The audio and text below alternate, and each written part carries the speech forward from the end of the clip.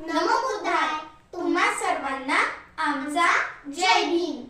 8 जानेवारी हा 1880 बौद्ध धर्मात खूप महत्त्वाचा दिवस आहे. कारण या दिवशी धम्मध्वजाची स्थापना झाली. धम्मध्वज संपूर्ण विश्वाला शांती, प्रगती, मानवतावादी व समाज कल्याणाची प्रेरणा देत असतो. हा धम्मध्वज खूप विचार आणि भविष्य दृष्टीत घेऊन तयार केला आहे.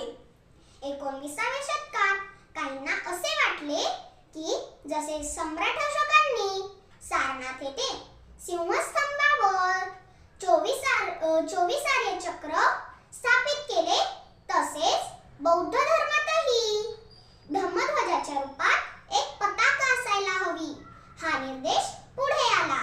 आणि पुढे हा निर्देश श्रीलंका सभेत पोहोचला. तिथे EMRD यांच्याद्वारे 1880 रोजी धम्मध्वज जागतिक स्तरावर मान्य करण्यात आला. पुढे 1888 रोजी यात काही बदल करण्यात आले.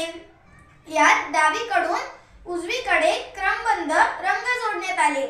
जसे निळा, पिवळा, लाल, पांढरा, केसरी असे त्यात रंग जोडले गेले. आणि यात मधोमध एक चक्रही होते, पण आता ते कुठेही दिसत नाही. या पंचरंगीय ध्वजाचा अर्थ सर्व उपासक आणि उपासिकांना माहीतच असायला हवा. निळा हा रंग विशालता, दूरदृष्टी आणि अनंतताचा प्रतीक आहे. पिवळा हा रंग समृद्धीचा प्रतीक आहे. लाल हा रंग अग्नीचा प्रतीक आहे. पांढरा हा रंग पवित्रतेचा प्रतीक आहे. केसरी हा रंग त्यागाचा प्रतीक आहे. आणि महत्त्वाचे म्हणजे हा धम्मध्वज पंचशिलेला अनुसरून याचे रंग ठरवले गेले आहे.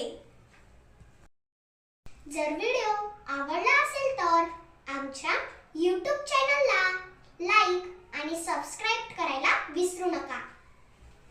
आणि असे आणखी व्हिडिओ बघायची इच्छा असेल तर आम्ही याच्या पुढील माहिती पुढच्या व्हिडिओत नक्कीच घेऊन येऊ. धन्यवाद.